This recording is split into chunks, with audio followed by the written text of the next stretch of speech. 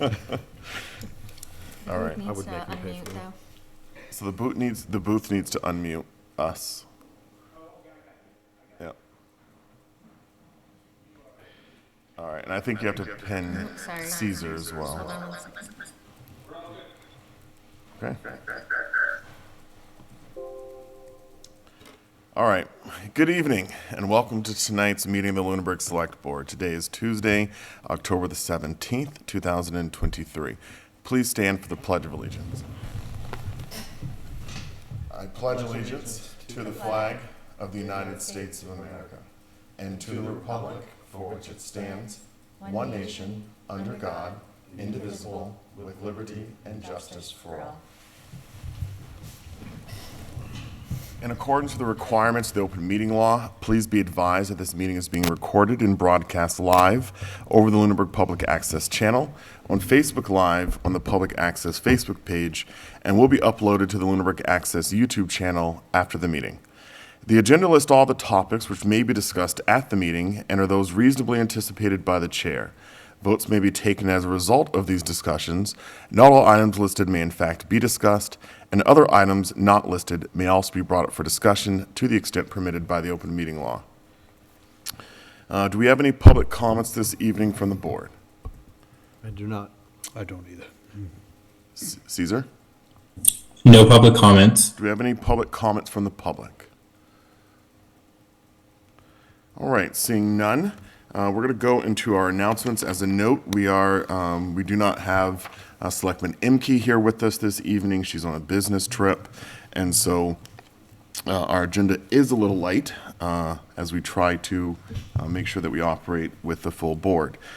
So, any public comments this evening? I'm sorry, we already did the public comments. Any announcements? You said none, or do you have I'll some? just do the announcements I do at the beginning of the meeting. The Lunenburg Business Association will be holding the Trunk or Treat event again this year on Saturday, October 28th.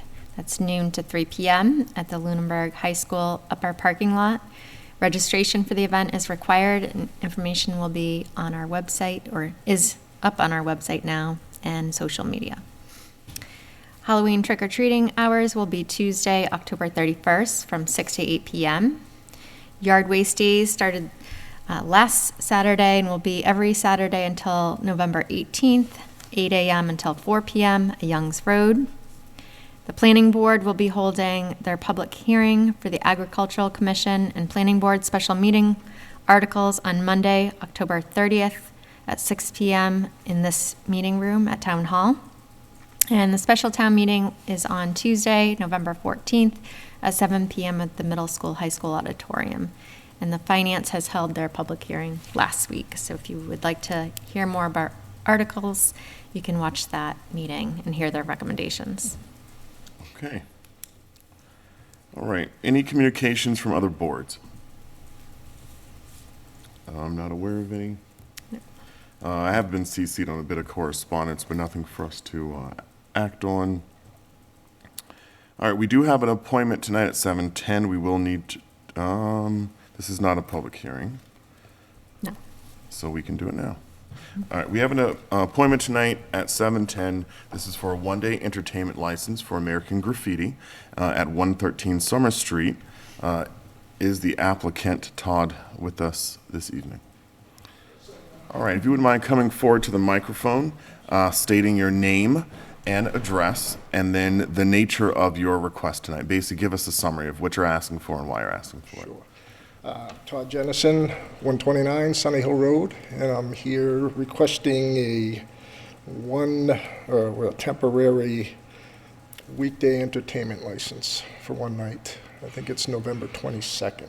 All right, and that's from 7:30 p.m. to 11 p.m.? Yes. Okay, and what's the need? I mean, Just a lot of people have been asking. We've been quiet for the past 3 years or so, and they're like, Okay. oh, and get some live entertainment kind of yeah, going. people have been kind of begging. I don't want to really get into it, like we used to and stuff, so I just wanted once in a while, do it Okay, type Good. of thing, so. that makes sense. All right, we're going to see if we have any questions from the board or comments, and then we will, there will be a motion and then a vote. Mr. Alonso.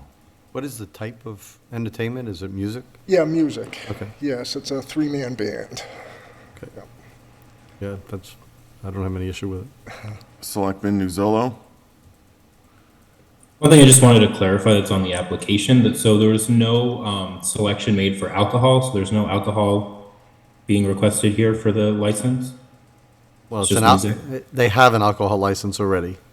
They do? Okay, so that wouldn't Yeah. be necessary then. Okay, never mind. I don't have any questions. Mr. Alonso covered my question, and anybody that can handle an alcohol license, I think, can handle a one-day entertainment license, so I have no questions or issues. So, Yeah, thank you for continuing to conduct business here in town. Hope it's been a good experience for you and that you It has. It have absolutely has. many years ahead. Awesome. Is there a motion? I would entertain a motion that we approve the one-day entertainment license for American Graffiti at 113 Summer Street for November 22nd, 2023, from 7:30 PM to 11 PM. I'll second that. Okay, any additional discussion? All right, we're going to do a roll call vote. Mr. Alonso, Aye. Mr. Nuzolo, Aye. Mr. Franco. Aye. And an aye for myself. So we will sign this, and it should be available for you to pick up tomorrow. Awesome. Excellent. Good luck Thank with you it. so much, guys. Thank All you. right, Thank you. Thank you. All right. To the town manager, if you'd like to provide your request to ratify the appointment of an interim conservation administrator. Yes, I'm asking the board to ratify 2 appointments tonight, both interim conservation administrators, Charlotte Steves and Brianna Weigel. And I'll tell you a little bit about their backgrounds.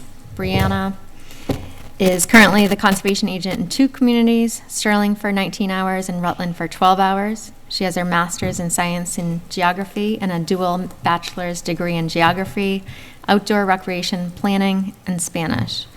She is a certified stormwater inspector, is skilled in wetland delineation, hydric soil classification, and wetland permitting. Brianna had interned with BSC Group as an ecological technician, where she provided support in wetland delineations with flagging and GPS responsibilities, and with MACC, where she updated their bylaws and regulations table, as well as reviewed and contacted towns to confirm wetland bylaws, ordinances, and regulations. She is available to commit to at least 10 hours a week to our conservation department and will be available in-house Monday and Wednesday afternoons as well as remote. Charlotte Steves is currently the full-time conservation agent and assistant town planner for the town of Lancaster. She has her master's in biology and a bachelor's of science in environmental science and management. Charlotte has received many scholarships and awards, as well as participated in a handful of presentations and publications. In addition to her time in Lancaster, she was employed with the U.S. Geological Survey, New England Water Science Center as a hydraulic technician, and Unearth, an environmental education platform of which she is the co-founder, where she taught students about complex conservation issues. Charlotte is able to commit to remote work on Friday afternoons and attend the conservation meetings on the first and third Wednesday of the month. And these are both temporary positions to help the office keep continuing to conduct business and support the Conservation Commission, and are much needed for an interim. All right. Thank you for that presentation, Town Manager, Madam Town Manager, and I'll turn to the board for any questions or comments. Mr. Alonso, No questions. Mr. Nuzolo. I don't have any questions. Just glad we were able to find some people to help out. All right, Mr. Franco. I have nothing. I have one. Are there, since it's 2 different individuals, is there a plan for them to have some kind of like coordinating meeting a week or some overlap? We're going to have to review that when they start, but the discussions that we've had so far are that if they are working on one particular property, to follow that through. So there's no miscommunication on a particular project. Okay. I don't have any additional questions. Anything else from the board? Well, Heather, I think this is definitely a good effort. I know that this has been an important point of conversation for the members of the Conservation Commission. And this is definitely resourceful, reaching out to the communities around us, identifying personnel who can help on a temporary basis fill these needs. So I want to thank you and Julie for your efforts in that regard. And we'll entertain a motion to ratify. I move to ratify the town manager's appointment as interim conservation administrators, Charlotte Steves and Brianna Weigel. Second. All right, any additional discussion? All right, it's going to be a roll call vote. Mr. Alonso? Aye. Mr. Nuzolo? Aye. Mr. Franco? Aye. And an aye for myself. All right, it is ratified. I'm guessing someone's starting tomorrow, right? Yes. All right, excellent.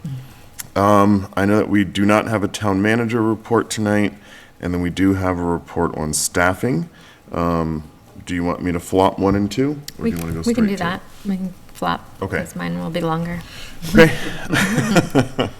All right, let's go to Select Board final recommendation votes on special town meeting warrant articles. So in our drive, this is identified as the clean drafts, STM articles. So going through them, Article 1, we have the Finance Committee recommended approval of this, and are we, on our board, able to make a determination regarding a recommendation here, or do we need more information? Well, it just says just, do we have, We do not have final numbers.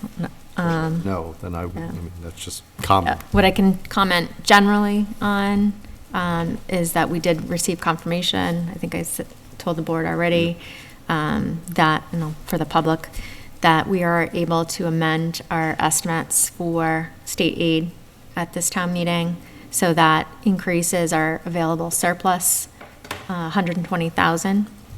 And we will have an estimated increase in new growth as well. Okay. And so those numbers are being worked on. There's about 10 more properties the interim principal assessor is working on putting in. But right now, it looks like we could increase that estimate from 200 to 400. Okay. Excellent. And that's a conservative number. Okay. Yeah, I find it highly unlikely I would vote against this at town meeting, but without numbers, I just, Right. rule And you'll I'm not want to gonna vote know on something. where they're going to be, Yep. where's the recommendation, No, where they're I going to be. hear you, and that's going. all great news, which, in a time when we need great news, so that's good. All right. Can I just clarify, what that budget article usually looks like is where those funds are going to, line item. So I just want that, it's not just changing those estimate numbers. We have to Right, you have appropriate to it go to somewhere, right. So just want to make sure that's clear. All right. So typically, if a member wants to defer, the board historically has gone with that recommendation to defer. And so I suggest we continue to defer Article 1 unless I hear an objection. Article 2, we also have deferred. I think we should continue to defer unless there's an objection. Same thing, do we have a final number? No, there are no known prior year bills Okay. at this time. So, All right. Number 3, Article 3 is, for those at home, I know they don't know what we're talking about. Article 1 is related to the budget adjustments that we do every year in the fall. Once, as we know, we approve our budget before the state finalizes their numbers, and so there's a bit of a reconciliation that has to happen at special town meeting. And as the town manager just stated, those numbers are still coming together. Article 2 is related to prior year expenses. We don't have any at this time, but we're holding this on the budget, so we're deferring that. Article 3 is to raise and appropriate available funds, and this is related to the collective bargaining unit for municipal employees. We don't have these numbers, and so here we are deferring. And as we keep going, I'm not going to read every single one of these, but just the ones that we're discussing today. We have Article 4. This is the Select Board's article related to, and town manager related to the Special Purpose Stabilization Fund. I will comment, I did appear before the Finance Committee last week for this presentation. I know that some members were able to watch remotely. And Ultimately, the Finance Committee recommended to not approve the request, 3-2. The primary concerns, one member didn't vocalize any concerns, but did vote against it. And then the one member was pretty vocal in generally wanting to align ARPA funding with the capital plan.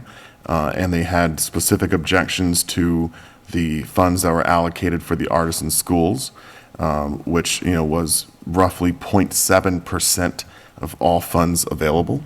But they did have a objection to that. And then the other member expressed concern about the ARPA legislation itself, in that it does not require an appropriation by town meeting and instead is an executive appropriation. Article 5 is related to the transfer of $80,000 from opioid settlement stabilization fund. Last week, we did add in additional language that just noted contingent upon the town of Lancaster's approval of 50% of the program cost. I do think that language is necessary to help educate people at home that some of these costs will be offset by the town of Lancaster, and we did get confirmation that Lancaster has approved that 50%. We did defer this, I would think we can make a determination today. Is there a motion? Yeah, I would move that we recommend approval for Article 5.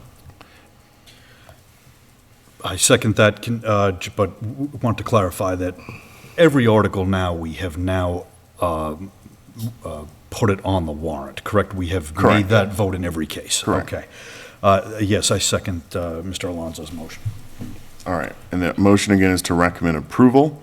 Mr. Nizzolo, do you have any comments on this or thoughts before we go into a vote?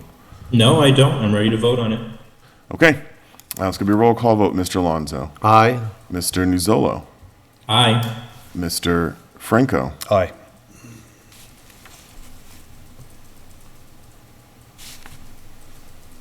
Mr. Jeffries? I remain torn, but an aye for myself. The motion, Select Board recommends approval. Article 6, we've already made a determination on there, but Mr. Alonso, we will need to capture a vote from you. This is related to the school's request to transfer $232,800 from the capital plan as provided under Article 6 of the May 7th, 2022 annual town meeting to the Lunenburg School District for the purpose of installing ductless split climate control systems at the Lunenburg Primary School or take any other action relative thereto. So we do have a vote already recommending approval 3-1. The three members who voted for approval were Selectman Imke, Selectman Nizzolo, Selectman Franco, and I voted for disapproval. Mr. Alonso, I would like to capture your vote. So, before I say, I will say, votes, I don't know that votes are cumulative. I think you have to take the fact that it's 3-1, I don't think you can change that. I don't think you can add a vote. I've never seen that happen, that you could just add somebody's vote. I will say I'm in favor of it anyway, but the vote at the time that it was taken was 3-1, and it should remain 3-1. Like, you can't go at another vote and then vote it, unless you vote the whole thing again, which we're still at 4. So I don't think you can just add on to it, just so you know. I don't think it's going to matter at town meeting, personally, but Yeah. I think as a matter of rule, I think votes are taken as a point in time. And if you don't retake the vote, somebody can't come in and vote later on and add their name to it. So Yeah, I may disagree with you on that, but I think that if we were to take a vote tonight, it would still land the same way. well, that's my point.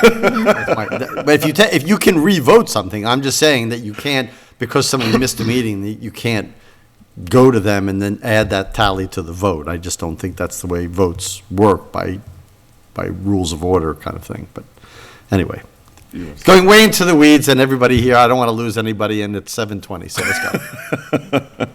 All right, so our recommendation there will stand. Article 7, we recommend approval. Article 8, we recommend approval. Article 9, I believe we recommended approval. It's going to get to the end of it. I think you deferred Did we? on 9. That's the water protection. Oh, yeah, that's right. We did defer. Should you Article- wish to entertain, there's somebody raising their hand in the public, I'm assuming, who wants to speak on Article 9. but that's Yeah, up to the. normally we wouldn't, but yes, Ms. Pease. My name is Joan Pico. You have to come to the microphone, please. Boy, has it been that long, you forgot how this whole thing works? My name is Joan Good to Pease. see you, I live at Joan. 11 Winter Green Court in Lunenburg. The Water Protection Act that's being put up for a warrant article, there is a procedural irregularity or inconsistency in it that I think you might be wise to address. Okay, In section 4.1 of this article, it says, "For the purpose of this bylaw, there are you can here..." just pause for a second so we can, Absolutely. so we can get there. In our booklet today, they're categorized by letters. So in section 4, Well, you know, there's different drafts that came out, so, is this the establishment of and yes. delineation yes. section? Which section is it? It's in, It's D in our booklet. Okay. D like Delta. Okay. Establishment and I delineation don't- of water supply protection. it's in the beginning. Let me read it to you, okay, and then I'll pause. But for the purpose of this bylaw, there are hereby established within the town of Lunenburg certain groundwater supply protection areas consisting of aquifers or recharge areas, Zone 2, and certain protected areas beyond these Zone 2 areas, Zone 3. This is the important part. These areas are delineated on a map entitled Lunenburg Water District Aquifer Protection Zones, dated July 2021, which is hereby made part of the Water Supply Protection District bylaw and is on file at the town clerk's office. I am requesting that that map be made part of the warrant article so that the government is transparent, so that all voters will have an opportunity at home to see what the map references, rather than you have no idea where these regulations apply because you have to go to the town hall when it's open, find the map, etc. So I'm requesting that in the effort to make government transparent to all of the citizens, that the map, which was obtained from the town hall, and I can give you a copy if you don't have one, can be part of the warrant article, so you can see where this applies.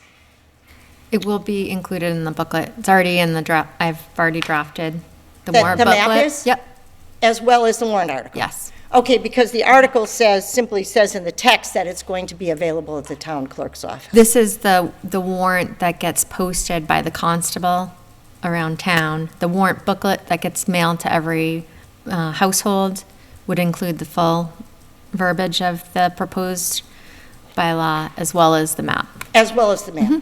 That is fabulous. That is all I wanted to make sure, that in the effort of open, transparent government, the map gets in there, and we don't all have to go to the clerk's office to see the map. Thank you. Thank you, Thank Ms. Pease. Mrs. Pease. All right, Article 10, Board recommends approval. Article 11, Board recommends approval. Article 12, Board recommends approval. Article 13, the Board recommends approval. Article 14, the Board recommends approval. And Article 15,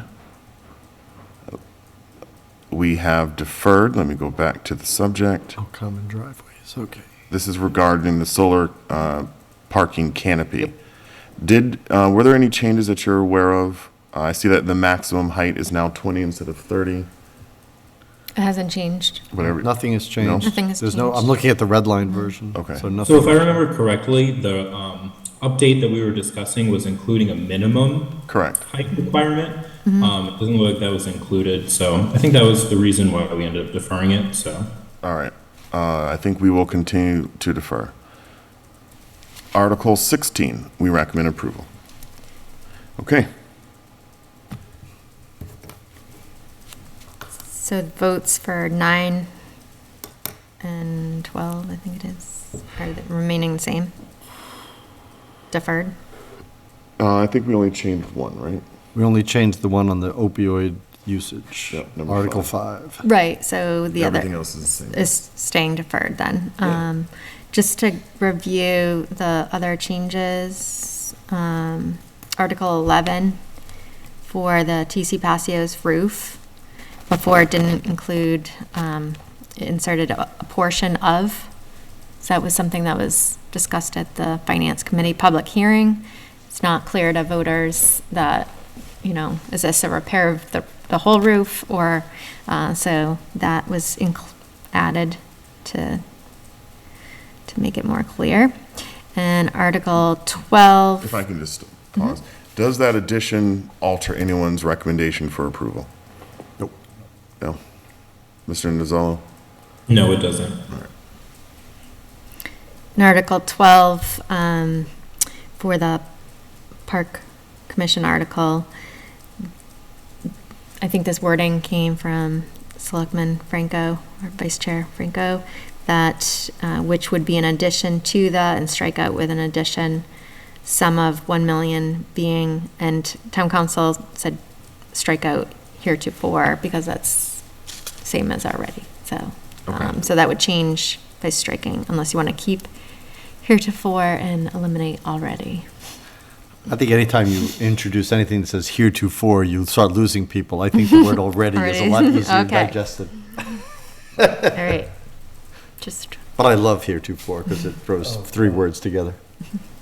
Yeah, I actually, I think I even called for just using already instead of heretofore, but That's what we're it's doing. fine, yeah, yeah, So, So you're getting what you wanted. yes. Okay. all right, does that modification alter anyone else's, the board recommend approve? Does that modification change anyone's recommendation for approval?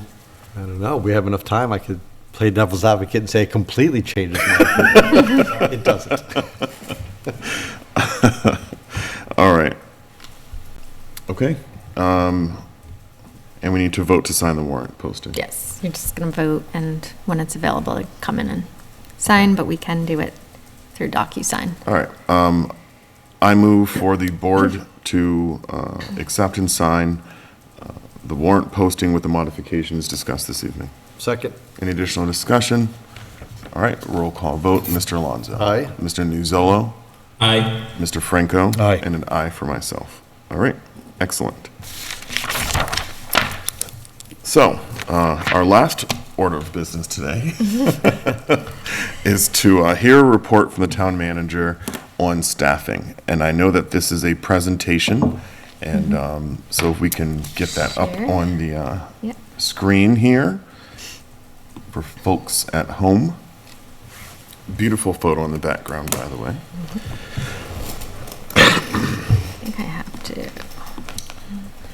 Heather, the goal tonight is to wrap up before 8 o'clock. we'll see. All Wow. right. Geez, she's already in conclusions and next step. In conclusion. No, this is a serious topic, and I know Okay. that the town manager spent quite a bit of time on it, so, we'll take as much time as we need to, but thank you to the town manager for what you're about to present to us. All right, you're welcome. So everyone I know is as concerned as me about staffing shortages, and this request was made to put a presentation together on what we've done, what more we could be doing possibly, and what the board could do for action. So that's kind of what I want to go over as topics. How short-staffed are we? So looking at the positions we have vacancies in and the ratios. What I believe the root causes of staffing shortages are based on what we've been experiencing. The impact on the organization, current strategies to address shortages, what more can we do, and conclusions and next steps. So the current positions we have unfilled are the principal assessor, which is 40 hours a week. The assistant meal site manager is 19 and a half hours a week. For under DPW, for cemetery, 2 seasonal cemetery laborers, which when you look for on the screen, the next slide, I've averaged in the hours over the year to see the impact on that division of Department of Public Works.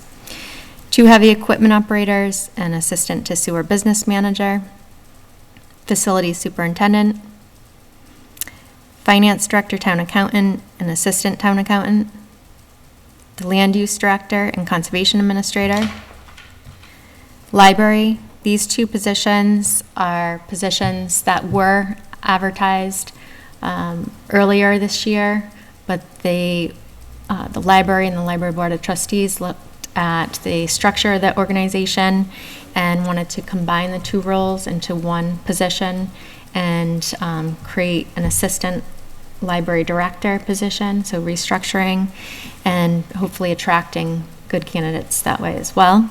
So that hasn't been advertised because that needed to go through the proper channels with the union. In the police department, a sergeant position. This does not impact their overall staffing. They will be fully staffed. We'll be hearing an applicant come forward to fill the full-time patrolman position, patrol person position, and the sergeant position is a promotional in-house, but that full-time patrolman person, once that person is appointed, then they're fully staffed. And public access, at least 2 videographers. So there are some departments that are subsidized by consultants and interim appointments, including the interim principal assessor, and we utilize municipal finance service to supplement the needs of that office as well. The finance department, the interim finance director, which is our retired finance director, on average works 8 to 16 hours a week, but that's capped due to her retirement earnings. And consultant services for the assistant town accountant, which is approximately 16 up to 24 hours a week. And that consulting service also fills in on an interim basis if the interim finance director is out and cannot do warrants.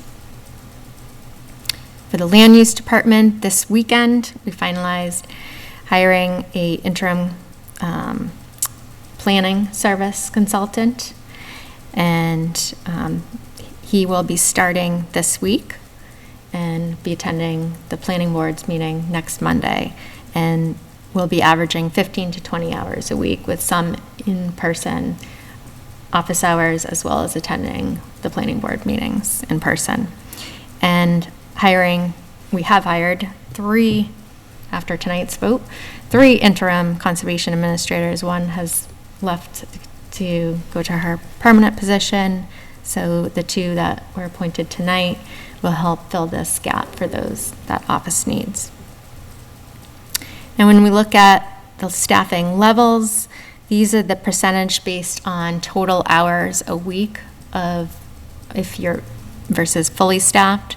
So assessing department utilizing the interim principal assessor, that brings that office to 75%. So that's not the full hours allotted to that position, and so forth. So as you can see, it fluctuates by department.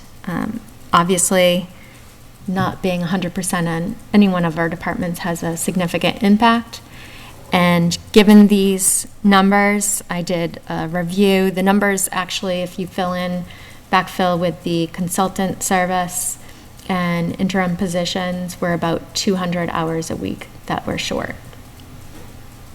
And the story that's not told in this graph is the type of position that's within each department. So for instance, the assessing, we're missing a management level position, so highly skilled position, as well as some other department head level positions. And obviously all our staff is important, our support staff and department head level, but that's the story that's untold in this graph. So looking at causes of staffing shortages, we've had some retirements. The finance director, facility superintendent, our police sergeant, Connery, retired this year, and the sewer business manager. And the sewer business manager position, that was a position that someone that held the assistant to sewer business manager was promoted to the sewer business manager, thus creating a vacancy for the assistant to sewer business manager position. In the retirement discussion, you have to look at the retirement of baby boomers and post-pandemic surge of retirements. We have more people that are retiring than people entering in municipal careers. Employee turnover and current pay rates and salaries is another cause of staffing shortages. This I would attribute for the assistant town accountant, principal assessor, heavy equipment operator, facility superintendent, conservation administrator, and seasonal cemetery labor positions. So we are confined to pay within collective bargaining agreements, their wage schedules, and the SAP, which is the Salary Administration Plan, wage schedule, with the exception of contractual positions.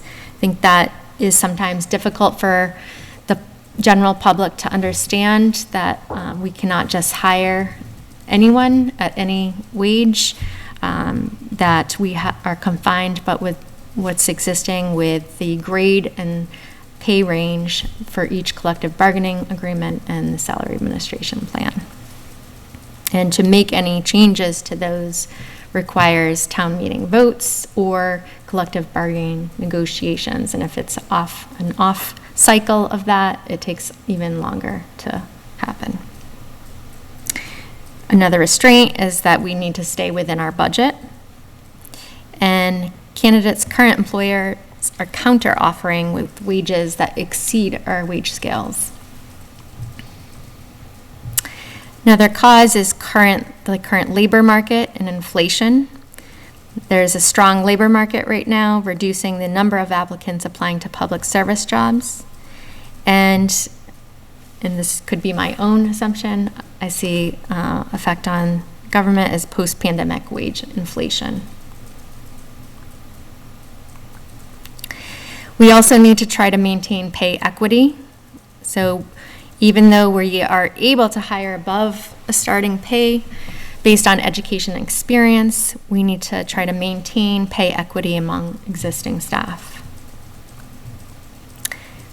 The lack of qualified applicants. The pool that we are seeing now compared to previous years is that there's a decrease in qualified applicants that are appropriately qualified for the type of position, such as finance director or principal assessor. The opportunity for advancement. Our organization, due to its size, we have small departments, typically of one supervisor, no mid-management positions, and administrative staff. That provides little to no opportunity for advancement within a department or within the town. Public criticism and political divisiveness. Just put that out there. I think that's widespread. I think most people are seeing that across the board, just the times we are in. Impact on the organization. When we look at what all of this, the consequences of staffing shortages, what are the impacts on the organization? Decreased productivity, a backlog of work, increased possibility of missed deadlines and decreased quality of work, financial implications, town board, resident and business dissatisfaction, overworked employees leads to burnout, and which in turn reduces employee morale. And it also, on the flip side, is inability to take on new programs and services that we'd like to do.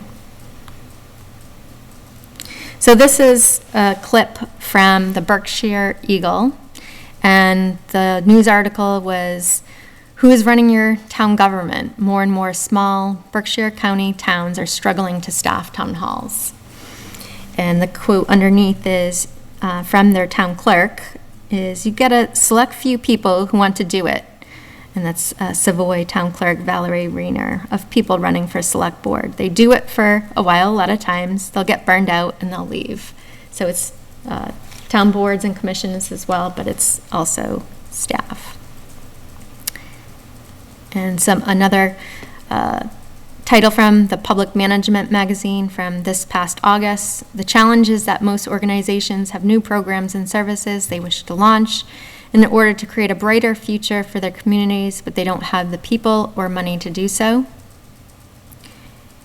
And there was an article in the Bangor News in September that Maine is experiencing similar small towns gripped by dysfunction, and that's because of lack of staffing. And if I just stop there for a second, I think this is a topic I could have spent forever on. Like, you could write a book, and there's been many books probably written on this, but it's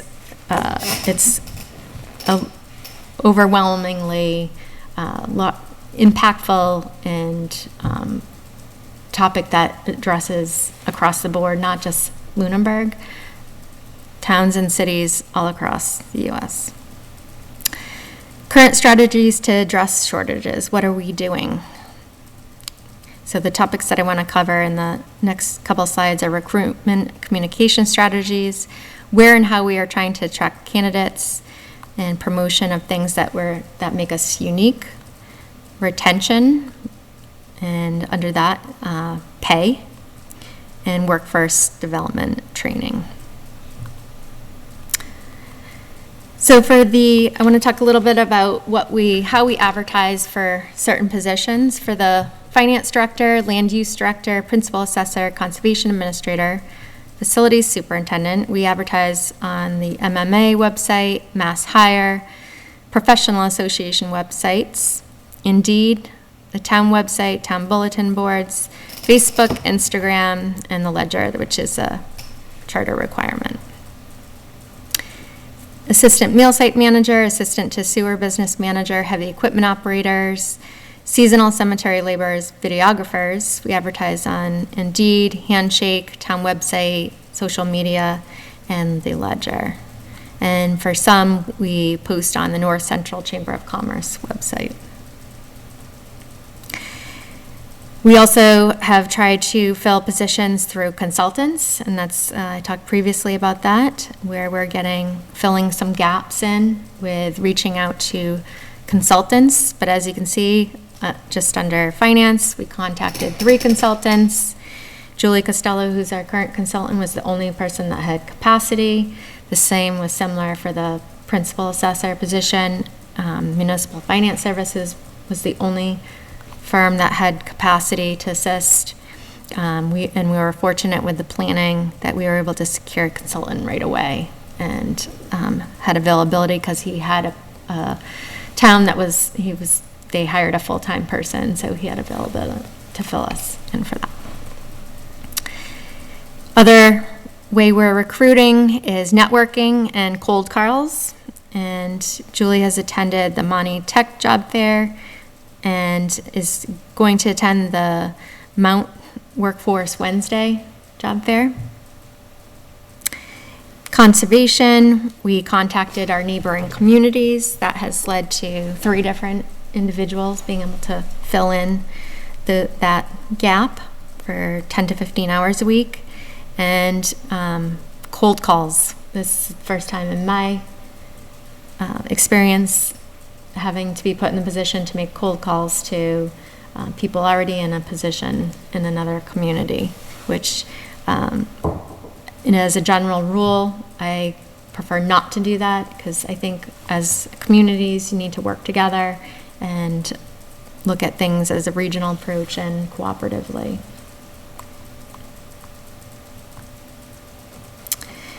So I'll go over a few of our positions that are open and what we've done for them. The assistant town accountant has been posted since January.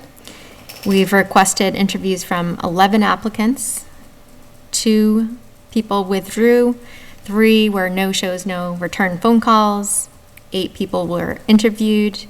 And we offered the position to 4 different candidates at different times. All did not accept due to pay. The finance director has been posted since April. We requested interviews with 10 applicants. 1 withdrew, 2 were no return phone calls, and we interviewed 7, and we're continuing to accept applications and interview for that position. The facility superintendent has been posted since May of '23. We requested interviews with 5 applicants. 4 people were interviewed, 1 no-show. An offer was made, accepted, and the applicant's current employer countered with offer exceeding our range. And that person we knew was someone, the board ratified that appointment, and it was a week before he was supposed to start that we heard that he wasn't going to begin. The principal assessor was posted since June of '23, and we requested interviews with 2 applicants. An offer was made, and the applicant's current employer countered with an offer exceeding our range. We're continuing to interview for that position. Conservation administrator, this has been posted since July. Requested interviews from 7 applicants, 1 withdrew, 6 interviewed, 3 were offered the position at different times. 2 of those people declined due to pay and a lack of a department head, and 1 offer is pending. And the assistant meal site manager has been posted since July. Requested interviews from 3 applicants, 1 withdrew, and 2 were no-show, no-return phone calls. So what do we do currently to retain our employees and develop their skills? Town administration has a history of accepting wage study data against comparable towns and making wage adjustments to ensure we are paying staff similarly to area towns. This is important to retain existing staff and attract new talent. For an employee engagement, we conducted an employee engagement survey recognizing, and we also, I've started that section in the town manager report, employee highlights, to try to recognize town departments and staff in those departments. For training, we have done an increased effort to train employees on Munis, which still needs some work. Munis, as you know, we went through an upgrade recently, so that in itself was a challenge. Working through all the kinks of getting everyone up and running and what their normal functions are and able to do their jobs. But we did do, prior to that, we did upgrade assistance training through Munis, and all those were recorded and provided the recordings to all the staff so they could view those trainings. Local GovU is another resource. It's an online source for free trainings for staff that Julie circulates to staff. And Maya has their risk management webinars and on-site trainings that are offered as well. We have the Employee Assistance Program and a Health and Wellness Program. And the Employee Assistance Program includes free counseling services for staff, so a variety of counseling services available, whether it's family-related, financial, or otherwise. Health and wellness emails are sent out for activities and webinars to address anxiety, stress, and burnout. And this last year, we did a health benefit fair, and emails are sent out on wellness and nutrition. And another thing I think was highlighted in the engagement survey is that we were ranked, was one of the things that employees ranked high was work-life balance and providing that flexibility. What more can we do? Address wages. So to continue our efforts to adjust wage schedules and compensation for contractual employees as neat for all employees, and compensation for contractual employees as needed. And this will impact recruitment of qualified applicants and will help retain existing staff. Employee engagement. We need to define our mission of the organization so that employees have something to identify with for a vision they connect to their day-to-day job. And recognition program and events for employees. Training and mentorship program. Continue to focus on more technical training for new and existing staff.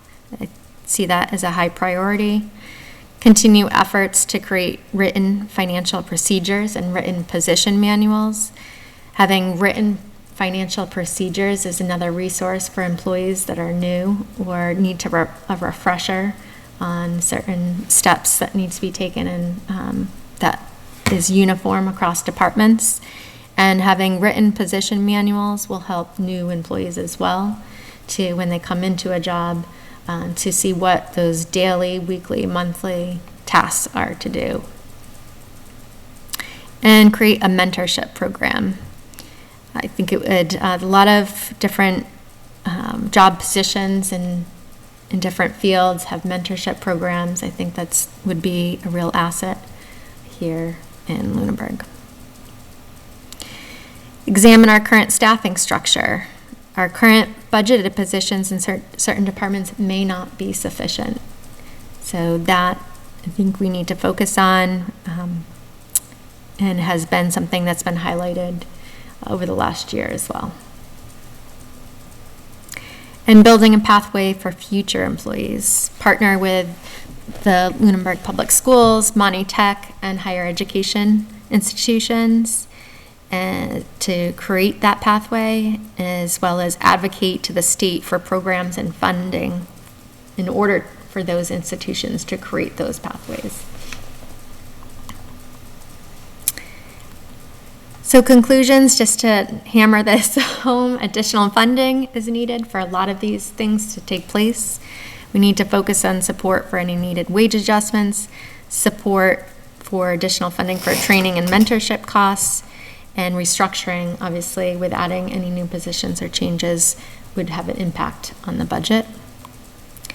Written procedures and position manuals, continue on the path of creating financial procedures, which that is one of the tasks under the Community Compact program that I applied for and received that I'll be working with DLS on, and create written position manuals, that's not part of what DLS is going to do, but I think is much needed. Employee engagement measures, manage expectations to decrease town, board, resident, and business dissatisfaction, and again, advocate for pathways for future municipal employees with secondary education and higher education institutions. So some of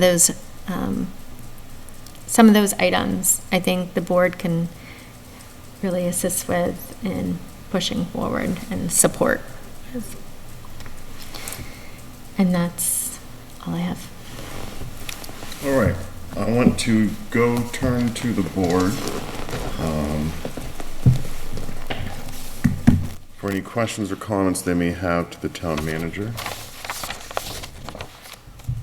I will, I'm assuming you're starting with me because you have all night, so I'll just jump in. So I will say, first of all, thank you to the town manager, and I think that for those of us who've been working and discussing this with the town manager behind the scenes, I'm very glad that she put this together because this is what she's been telling us, certainly me, all along, and I see it in the company I work for now and getting qualified people. It's a totally different field in the private sector.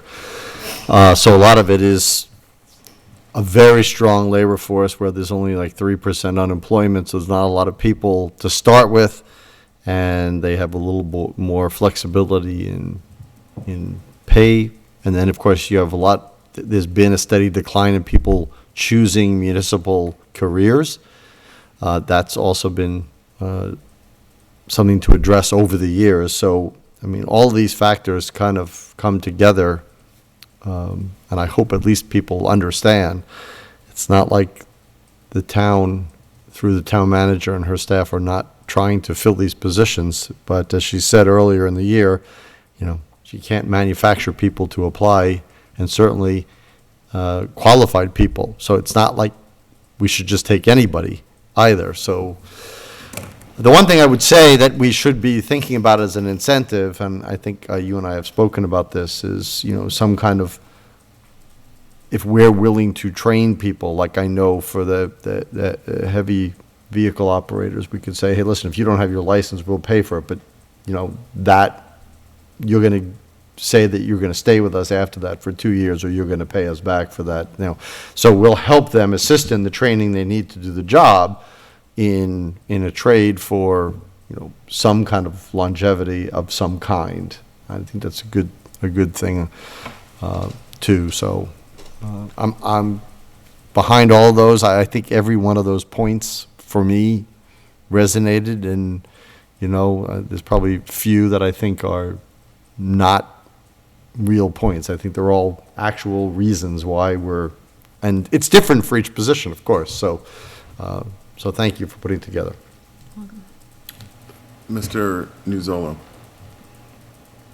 Yeah, so I have a lot of thoughts, but the first thing I think people really consider when they're trying to decide whether to apply for a job or not is compensation, right? So I kind of had my fingers crossed when we got to the, what can we do to remedy this issue? And the first thing was address the wage issue. Because when you're offering below average compensation, not as many applicants apply, and you don't get the level of expertise and skills that you're looking for. So to me, it's really a no-brainer that if we want to address this issue, that's the first thing we need to look at. So we need to at least offer average compensation, if not above average, if we want to actually be a little more competitive in the job market. And it's also just the right thing to do. When we have town employees who are working 2 to 3 jobs just to make ends meet, there's a problem. When we have employees who say, I really wish I could live in Lunenburg, but I just can't afford it. When our employees want to live here but can't live in the community that they work for and serve on a day-to-day basis, there's an issue. And I understand that the job market for, municipal employment and government is not how we would like it to be. There aren't as many applicants, but we've been interviewing for these roles. We just saw the data. Almost all of them, we've actually made job offers, and almost all of them were rejected. And the reason for the rejection was because of pay. So I think that's the first thing we need to look at. So thank you. Yeah, I want to thank you very much for the report as well. As a member of this board, certainly the causes are not surprising as to, that's been a discussion. But even as a member of this board and knowing that efforts have been going on, so I think presenting the causes is good for the public, so the public understands what is going on here. So I think it was very useful for that.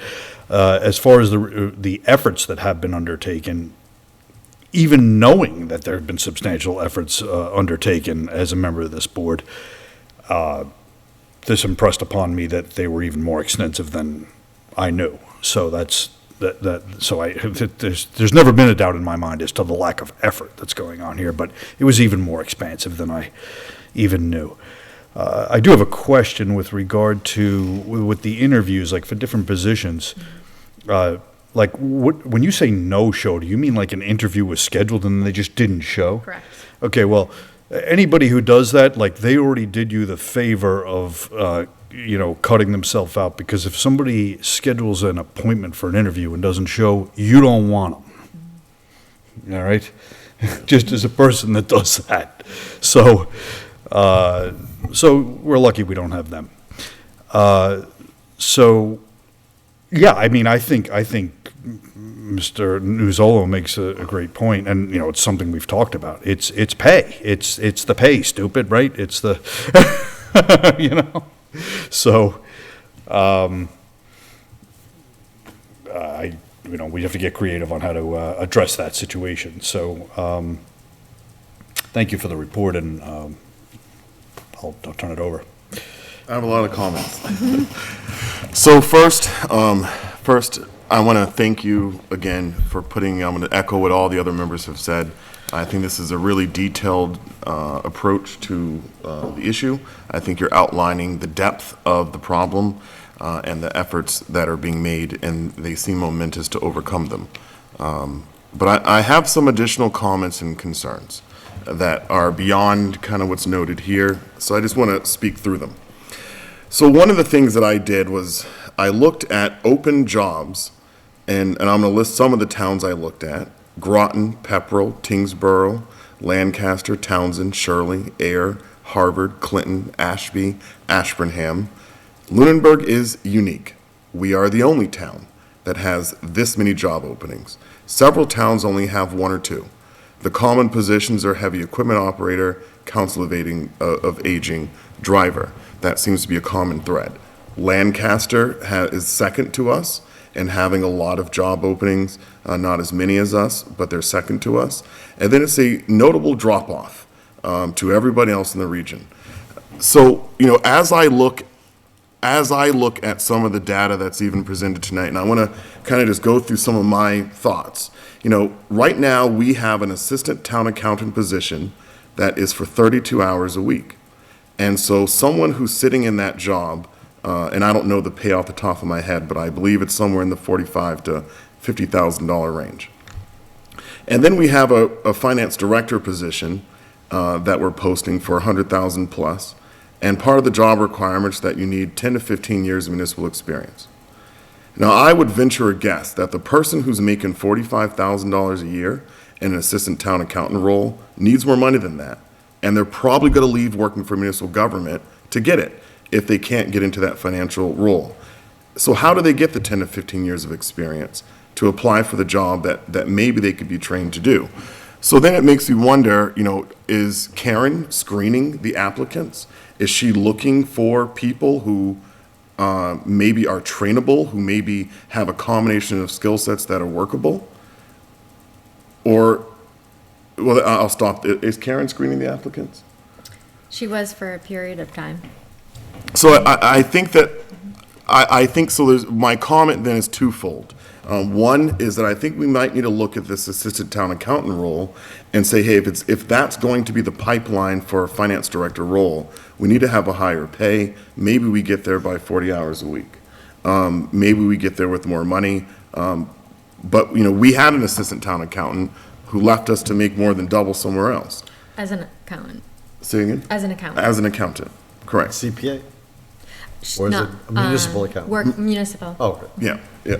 So was it, Well, as a pay bump, yeah, it was a step up. Right. It wasn't like same role Like a lateral. promotion, It was a notable promotion. But I think you're proving one of my points, we needed to address pay. I do agree Yeah. that we need to address pay. But just while I have it on my mind, the 32 hours, some people see Fridays, that the office is not open as a benefit. So that, in these times, a lot of people are looking for remote work. That's some of the major questions is like, is any part of this remote? And having Fridays off is a benefit to Lunenburg for a lot of people looking for that schedule. Yeah, I'm not opposed to the 4-day model, but I think that we can be on a 4-day model that gives people more hours, so that way they can get more pay. But I'll make a couple other comments. One of the other things that was noted was about the cemetery department being 53% understaffed. One of the things that came out was, we asked the question, how long does it take to cut the grass? And we didn't have an answer to that, surprisingly, but we did get an answer. It takes approximately 1.5 weeks, so 7.5 days to cut the north and south cemeteries. And I know there's more landscaping, but if we push that out, 1.5 weeks of man hours is, in grass getting cut 10 times a year, that's 600 hours of time cutting grass. But we've structured ourselves to have 3,952 hours for the cemetery department to be able to spend 600 hours cutting grass. So I think that we do need to evaluate some positions. I think that, some things like that, to me, doesn't make any sense. Why we need almost 4,000 hours to get 600 hours of work. That doesn't make any sense to me. When we look at, I think that you hit a couple things in here that were good, that I fully agree with. The need that there needs to be a mission statement, that we need to have kind of those common kind of workplace values. You mentioned about the opportunities for advancement are minimal because we're a smaller community. And in this current job market, people are flopping jobs a lot. And so that becomes challenging. You talked about, and I think it's a need, having an employee recognition program. But if we can step back from this for a second, and we structured ourselves to have a assistant town manager HR position that is also only 32 hours a week. And, in these historic times of capital, it seems to me that we need a procurement specialist. As looking around in other communities similarly sized in this area, which are roles that they have. So I think that we are putting a lot on the plate of a very small amount of people, because the human resource function is generally an organization of our size, in my view, a full-time job in and of itself, and then a procurement specialist in a community of our size, in my opinion, is also a job in and of itself. That's probably full-time. And we've condensed that into one role that's 32 hours a week. And I do believe that that's not fair on the employee side to expect one person to be, and I know it's a team effort, but when everyone's short-staffed, everyone's doing more. And so, this year, and I will comment as criticism, I've looked for some of these job postings, and I've mentioned to the town manager that there were a couple of occasions where they weren't posted, where job postings had expired. And so someone looking for one of these jobs, you couldn't find it unless you went to the town website. But as far as the public ones on Indeed, it just wasn't there. But these things happen. And we had this discussion. We did. These things, Yeah. these things happen, and I'm not going to say by any stretch that it was a long period of time. It was. I think the most was 2 days, and it was a weekend.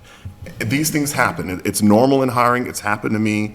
But I think for me, it becomes reinforcement that we're asking someone to do a lot, and to me, it's not a reasonable expectation.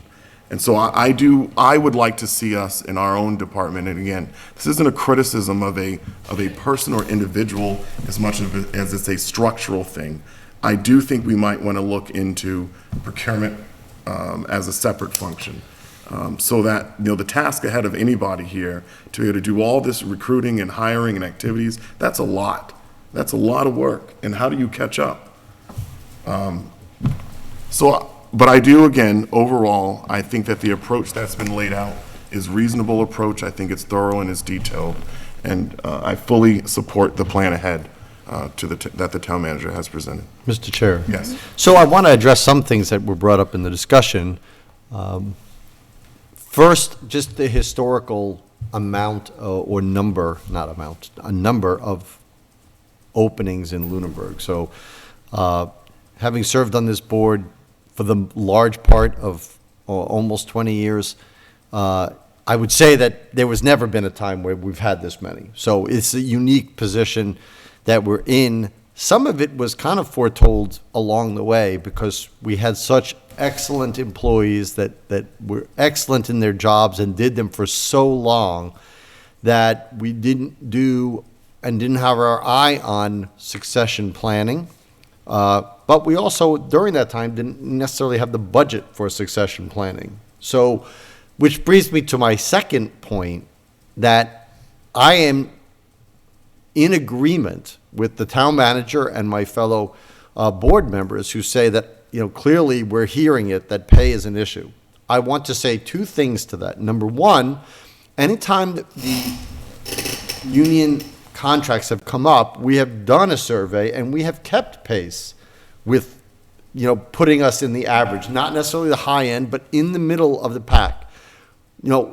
Something certainly happened over the pandemic that created just a real different dynamic in the job market, whether it's people wanting to stay home, saying, hey, all of this stuff, all this years that we were traveling to work, I didn't have to, I could have worked remotely, and now all the tools are available, or whatever, the acceleration of baby boomers retiring. Whatever that was, that certainly has created the job applicant shortage. But I don't want people to get the idea that forever we were not paying people in town. or that we weren't looking on it. Just in the last few years, we totally bumped up the whole DPW salary range. We've addressed other contracts as well. So there's that. And now we're at the point where we need to look at pay. But I caution, and this is, it's one thing to say that, and as Mr. Nuzzolo said, that it's not a good scenario, and I agree with him that, hey, employees should be able to live in the town they work. But on the other hand, that money comes from somewhere. And at a time when some of our, our charity organizations in town have seen a marked increase of people needing assistance who are living in town, that money that we're going to raise is going to equally or potentially hurt other people. So we have to maintain a very, very fine balance between what we want to raise to pay salaries that we need done and the taxpayers who are going to have to pay them.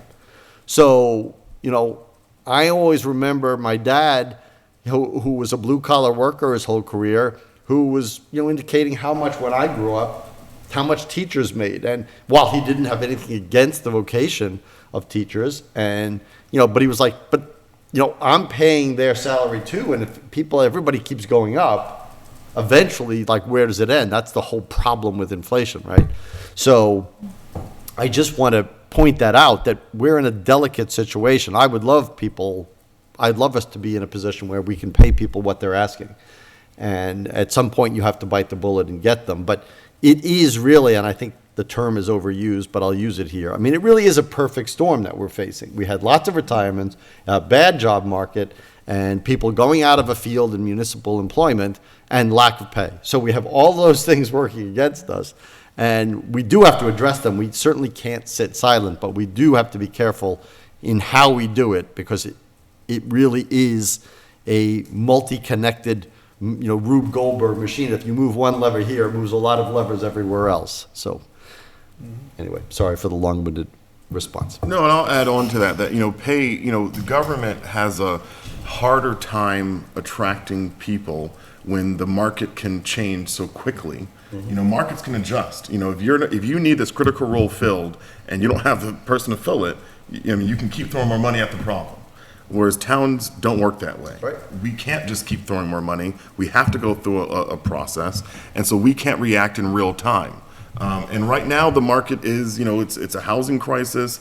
People can't afford to live. Most people are taking jobs. I know for me, I'm only willing to work somewhere that has some days remote. I'm not interested if you don't offer me some remote time after going through this remote experience. And when the market is, not as good as it is now, people flock to the jobs that are more secure, which are the government jobs. And so, I do, despite the comments and hopefully they were all constructive comments that I said tonight, I fully recognize that this is a challenging environment, and I agree that it's a perfect storm in many ways. My concern is how we get out of this. And I think that how we get out of this and make sure that we have some resiliency for the future is that, this may happen again. We may find ourselves in 5 years or 7 years dealing with some unknown context. We see what's going on in the world right now. And it almost feels many days like we're on the verge of a significant war. And many people are doing all that they can to stop it from happening. But how is that going to impact the economy if that were to occur? And how do we build these resiliencies into the system? And it's challenging because town government is designed to be lean. It's designed to, taxpayers don't want to spend money on fat. They don't want there to be that contingency of 10 to 15%. They want us to be as lean as humanly possible. So it is challenging, and it's challenging on staff. And I'm personally concerned all the time about the quality of the work environment that we're able to offer during these times when people see their friends who've just doubled their salaries in the last 3 or 4 years, or who have the ability to I'm not sure what the slang of it was called, when people work in 2 full-time jobs remotely, which you can't do when you're working in a municipal job. But many people have done that. I mean, I know many people whose income has gone up, myself included, whose income has gone up 30% or more as a result of the pandemic. And so when you have friends who are in that group and we're buying more, it really disadvantages the people who are in structures that can only increase by 2.5% a year. So I think that the things, Town Manager, Madam Town Manager, that you outlined on things that we can do to help the problem, I will work on those things. I think that there needs to be pipelines for a lot of these jobs. That, you know, just like we have pipelines for people to go into certain careers, I've said this several times, we need to have pipelines for government jobs. You know, a lot of people, they don't know what a land use director is. I mean, they just don't know. So how do you get the kids into that role if they don't even know what it is? You know, municipal finance, like kids go into accounting, but what school is offering municipal accounting or municipal finance? And how do you get that pipeline of available candidates? Like, it's just not there. And so there's things that we need to do on our end, working with our delegation and others, to help just better the environment, so that way there's that pool of applicants that are coming forward. So again, if I can just continue to thank all the staff who are doing more right now during these times. I know it's challenging, and to the town manager, you know, I know you guys have a lot of work. You know, the efforts that you outlined today clearly are consuming a lot of time and resources on the part of a lot of people. And, you know, I know that sometimes when I talk, that what you hear is more. I want more. But that's really not what I'm saying in this context. I think that we are maximizing the ability of the staff that we have in place. And what I'm kind of calling for is we probably in certain areas need more staff in place to be able to help weather some of these storms better. Because, you know, the future right now, it seems to be that things aren't, you know, there's nothing on the horizon that's critical, that's good, demonstrating that there's going to somehow be this drop-off or increase in unemployment or surge of applicants with the skills we need. So, you know, how do we weather these things over the long haul? I don't have an answer to that. But how do we not burn out our staff in the process when these moments occur? And that's my concern. It's burnout for you. It's burnout for Julie. It's burnout for Elaine and also all of our department heads. And, you know, and I recognize that losing any of the critical members of our leadership team would be so detrimental to the town. And how do we not have this, that you guys are the only ones feeling this, and that, you know, we can kind of do more to help out. But I also know, you know, that it's never good in a meeting to offer critical comments about anything, especially when it's a staffing matter. I just want to add to that, because I think,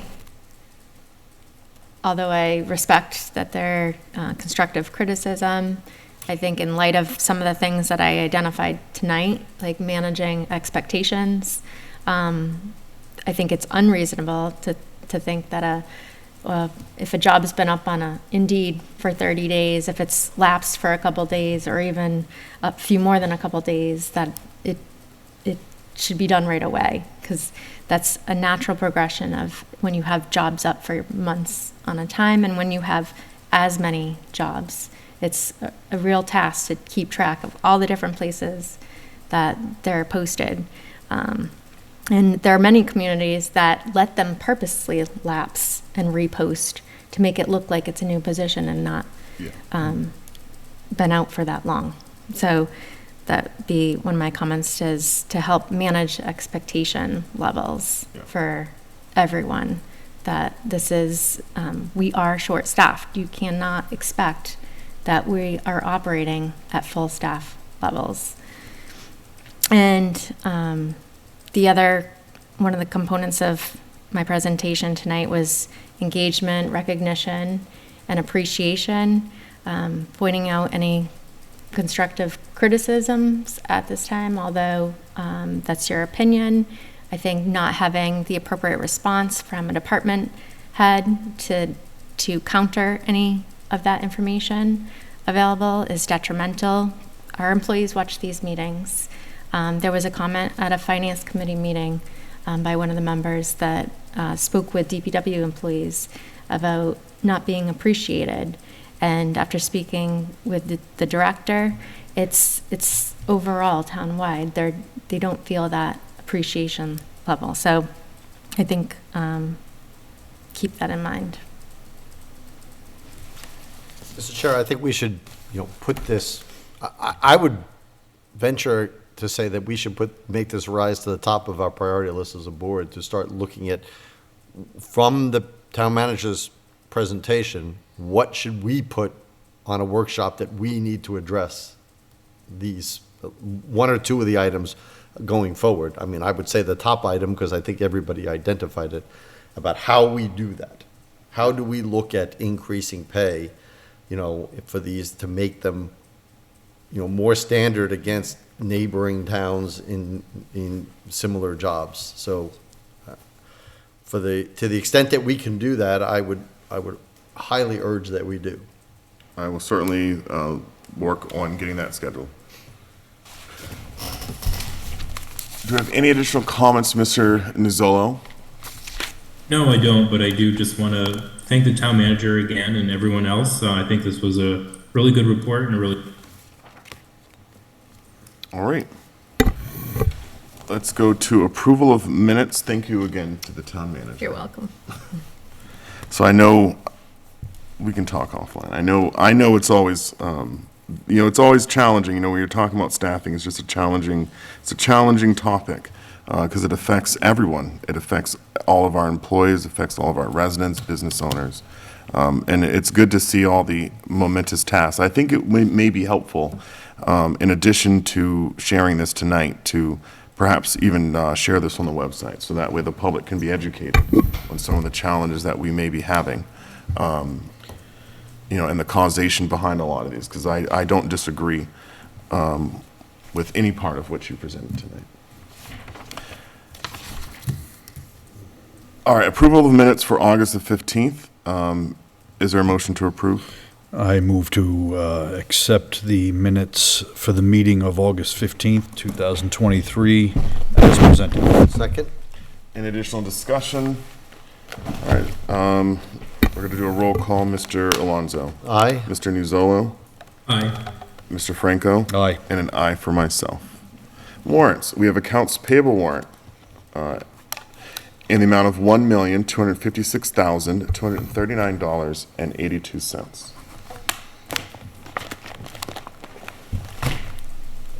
Have any action items this evening?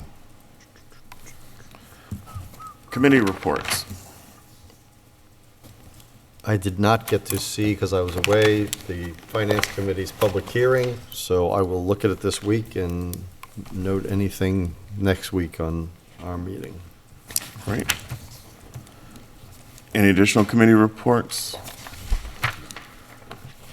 All right. Oh, and I should say that the Capital Planning Committee is meeting this coming Monday, a week from yesterday, 6 o'clock at the lower meeting room of the Ritter Building. Okay. Mr. Nizzolo, Mr. Franco, any committee reports? No? I don't have any either. All right. Municipal Building Design Committee met last night. It was a 2-hour meeting. We had a joint meeting with the school committee. They were there with us for about an hour and 45 minutes. We were also joined by the town manager and also the superintendent of schools. So the key takeaway and the reason why we had this joint meeting, so as we looked at the municipal building design plan, where we're at, and breaking this into phases, to reiterate, what we identified was that phase 1, as we're proposing it, would be a rehabilitation of the Ritter Building to accommodate for school offices to be in the Ritter Building, the building of a town hall at the site of the Ritter Building, and that's phase 1. Phase 2 is a renovation of Town Hall itself, Old Town Hall as it will become, or the Meeting House. And that would include removing basically the town manager, HR director's offices to expand the size of the room. And then on the first floor, creating 3 different meeting rooms. And that would then end phase 2. So phase 1 and phase 2 shores up the historic buildings that we have in town. It consolidates town offices, and then we have designated meeting space. And phase 3 is TC Passios / Community Center. Now, part of the thought in phase 1 and 2 is that while phase 1 is occurring, that the personnel who are currently in the Ritter Building would be reassigned to the TC Passios, so that building would act as a transition space. So that way we can reduce cost on the trailers and everything else that we normally would be looking at. And then once that building is built, everyone can move out of TC Passios to our staff offices, out of Town Hall, and then we have the renovation of Town Hall for meeting spaces. During that interim time, we would use TC Passios as an interim meeting space location. At the end of that, we have these buildings. So the reason why we had the meeting with the school committee was there's overlap, we recognize, between what is Phase 3. And Phase 3 is TC Passios. One of the main takeaways from the experience of the TC Passios reuse committee, whatever you want to call it, and versus the current municipal building design committee, is that we recognize that TC Passios has kind of poor bones in the sense of plumbing system, electrical system, HVAC system, roof, that the bones of the building, needed significant structural reinforcements. Also, that was tied into code upgrades. And so that project really ballooned. As we think about a more limited use of TC Passios, which Phase 3 would call for that building functioning as a home for a community kitchen, which is already, which is not there, for the food pantry, which is already there, for the gym that's currently used by different groups, for PAC Studio, which is already in the building, and that the after-school, before-school program would go back into the schools. And so there would be a much smaller footprint of the building. The plan also calls for making those renovations while the full building is standing. So that way we don't trigger the code upgrades that would occur if we knock down and demolish a portion of the building and then do those upgrades. And again, that's a way to save money. The timeline of this is Phase 1 and Phase 2 will roughly take 4 to 5 years. And then we move into Phase 3, which is TC Passios. At that point, we're about 4 years away from needing a new school and then needing to figure out the disposition of Turkey Hill. And so where we see overlap is what is the disposition of Turkey Hill going to be? Is the school committee right now thinking that they can just do an annex to the building? What is that thought process? Because at the end of the day, what matters is the total amount of money that all this is going to take. And then are we going to be in a position trying to identify disposition of 2 schools at the same time, roughly? Or making an investment into one school and then needing to decide disposition of Turkey Hill and being in this cycle all over again. So the school committee, when I went to the school committee meeting about a year ago, one of the comments that I made to them was that I think that the town does not have a problem with what to do with old buildings. We have a problem with what to do with old schools. And that it would be helpful if they're looking at a new school to also have as part of that process the disposition of the existing school. What happened with the primary school in TC Passios is that when those buildings were turned over to the town, meaning when they went off the school budget and entered the town budget, that they needed a new roof, they needed new electrical systems, they needed new plumbing systems, and they needed significant interior upgrades. And that we will be in a far better position if Turkey Hill is turned over to the town without all those needs. And so the purpose of the conversation, which took a while, there were heated emotions, and there were probably more than I've seen in most meetings, but it was handled civilly. But there were heated emotions, but what came out of it was that there's going to be some overlap here. That the schools have an interest, some members, in using the site of TC Passios for a future school. That there is an attractiveness to Turkey Hill being on the corner of the parcel with its own entrance and egress, that building can very easily be everything we want TC Passios to be without significant upgrades. And so one of the things that the school committee has worked on over the past, roughly year is kind of doing a detailed but still back of the napkin analysis of what it's going to cost to hold onto that school for another 10 years. And that would be window upgrades, ADA upgrades, some mechanical building system improvements. And they landed at a dollar amount of about $14 million. The benefit is that they can tap into state funds to help them pay for that through DESI, I believe it is. The issue is that if they do that, it ties them into 10 more years of having to hold the building. So the conversation that I think we're going to continue to have, and where I think the compromise may be, is that we don't make, and then also speaking with Chris Ruth, our facility director, he doesn't have a very positive impression, as we don't now, of TC Passios in terms of its ability to be rehabilitated due to the many years of water damage that the building has sustained. And so the current thought is that we're trying to explore if it makes sense as Phase 3 to be a hold on to TC Passios, don't make many changes to the building, have the school committee make modernizations and improvements to the Turkey Hill, and then in 10 years, use Turkey Hill for all those functions that we were thinking to be at TCP and have them build another school elsewhere. And so the question is, do we make that investment as part of this group? Does the Municipal Building Design Committee come back to this board and say, hey, we think there's another project here that another group should handle? Do we want to break off phase 3 into being part of a Turkey Hill rehabilitation? So there's more conversations that need to be had over the coming months. And so tonight I am seeking some board agreement with this direction of should we continue going down this road with the school committee of seeing the overlap between TC Passios and Turkey Hill, or do we stop at TC Passios and say, hey, there's some overlap here, but we might need to form another committee to look at it? And I know that's not on the agenda for decision, but I think I'm just trying to get a feel tonight of in response to that committee report, are we okay with the direction that the municipal building design is walking down when it comes to phase 3? That's a lot. It is a lot. It is, decide tonight? No, I'm just looking for some feedback. In any order. I need at least 3 minutes to let that swirl. I will say that just, again, I agree with Mr. Franco, so I'll need time, but my initial reaction is looking at other options, and I agree with the premise that getting a building that didn't need all that and maybe shore it up for those X amount of years and looking to maybe use that instead of, and those kind of options are always good. So this is the time when options are important. It's when you make a commitment that somebody throws in at the last minute, well, what about this? And then you have to go back again. So while you're in it, yeah, I think initially it makes sense to at least explore what the possibility is. Sure. All right. Mr. Nuzolo, if you have any comments.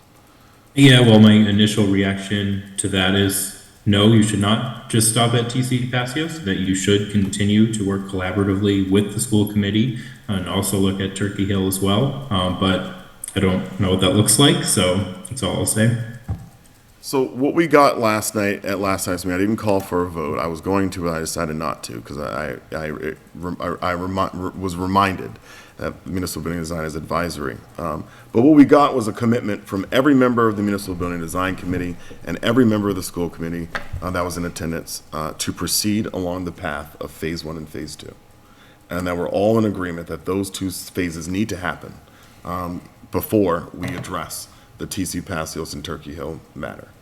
And so, I think that was quite the accomplishment in and of itself, in being able to get to the point that we're all in agreement on this approach. And then, so what came out of it was school committee. We had a member, one of the members of the municipal building design is also in the Green Communities Committee.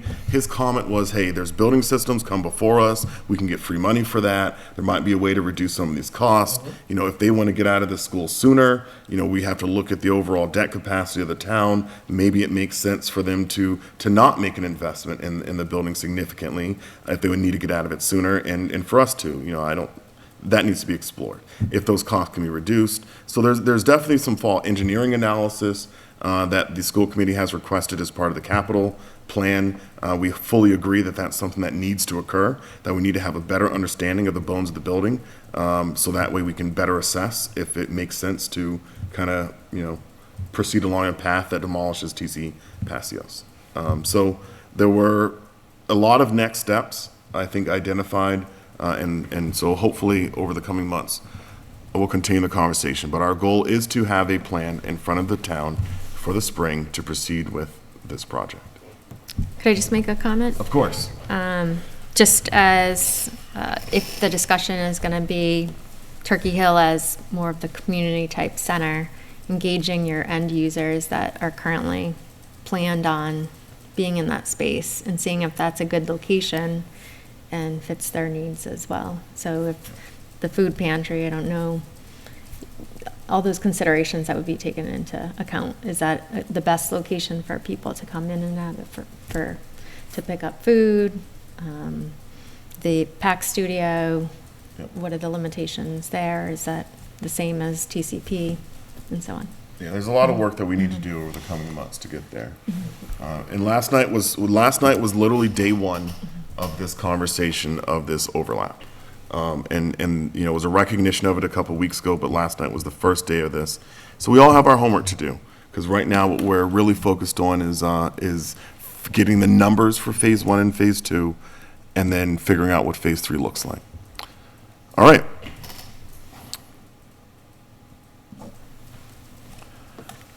Upcoming meeting schedule. October the 24th, we have a meeting next Tuesday. We have special town meeting coming up on Tuesday, November the 14th at 7 p.m. at the Lunenburg Middle School, High School. Are there any public comments this evening from the town manager? None, just to Caesar, hope your first day went well, and good to see you. Sorry, I was trying to unmute, but thank you very much. All right. Any public comments from the public? Any public comments from the board? None? I just wanted to touch base. Last Wednesday, went to as did the town manager, of course, to the ADA patio grand opening. That was really a nice event. Thank you for and it bringing was that up. perfect weather. It was. And it was very well attended. So it was great. I said I was only going to be there for an hour, but I couldn't. I was there for 2.5 hours. I couldn't pull myself away. It was special. I didn't know where to put this, so I'm doing it here. On not this past Saturday, but Saturday the 7th, I took a ride around town at the request of a concerned citizen. Just took a ride around. We chatted about different areas that I realize that this may not be able to be addressed before the spring, but that could potentially use line striping, different roads, and so I made sort of a laundry list. I haven't formalized that and run it by this person yet to see if that checked all the things, but I'll be following up with that and submitting that to town manager, I suppose. Just wanted to let you know that happened, and I'm following up on it. All right. Okay, is there a motion to adjourn? So moved. Second. Any additional discussion? As many as are in favor of the oh, no, roll call vote. Mr. Alonso. Aye. Mr. Nuzolo. Aye. Mr. Franco. Aye. And an aye for myself. The time is 8:37, and we are adjourned. Have a good training, Caesar. Thank you. Good night, everyone. Have a good night. Good night.